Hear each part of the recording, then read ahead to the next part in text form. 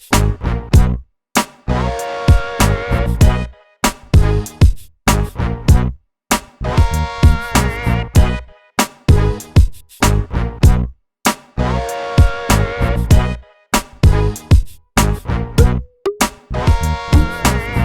je commence à être dans quelque chose d'un peu plus moderne, où exceptionnellement je fais un retour en arrière pour le coup.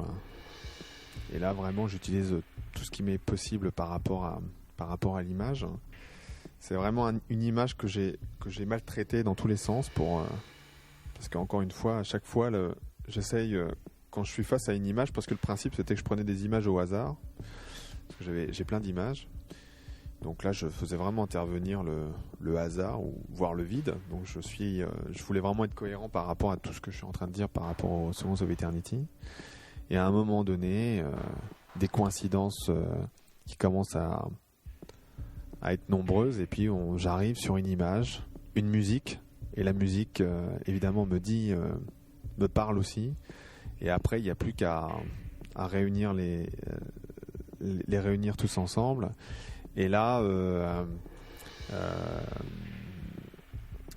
c'est comment je pourrais dire ça, c'est un message très très fort, comme quoi l'ego, puisque nous avons parlé de l'ego, a séché la vie. On le voit dans les rapports humains, comment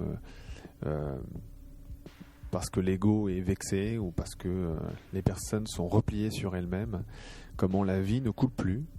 Voilà pourquoi tout d'un coup cette image un peu qu'on pourrait presque considérer un peu bébête ou voire simplette, que l'eau c'est la vie, permet de montrer qu'elle a une importance vraiment capitale, hein, et de la mettre en application dans notre vie.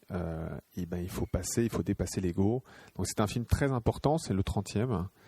Et puis j'aime beaucoup parce que en termes de réalisation, que ce soit la musique, que ce soit l'ambiance, il est très très particulier. Et c'est certainement un des plus réussis, hein, en termes de réalisation. Oui, donc là, ce qui m'a frappé quand je l'ai regardé, c'est évidemment une image un peu angoissante, ce bleu, ce rouge. Alors ce qui est intéressant, c'est qu'il y a le mouvement. On voit bien l'eau qui bouge, et puis ces tours parfaitement immobiles. Alors j'ai cru reconnaître Shanghai, mais peut-être une autre ville, je ne sais pas. Ce qui est assez frappant, c'est ces deux plans fixes qui sont c'est tourné depuis un bateau, je pense. Donc le bateau qui est au premier plan, la ville qui est à l'arrière-plan, et entre les deux, du mouvement. Quoi, ça illustre bien, oui, notre situation, c'est-à-dire qu'on peut construire des choses parfaitement statiques, parfaitement immobiles. Et puis entre les deux, il y aura toujours du mouvement, même si on a tendance à peut-être regarder plutôt les tours ou le bateau immobile que les choses qui bougent. Donc là, vraiment, oui, un très beau Second of Eternity.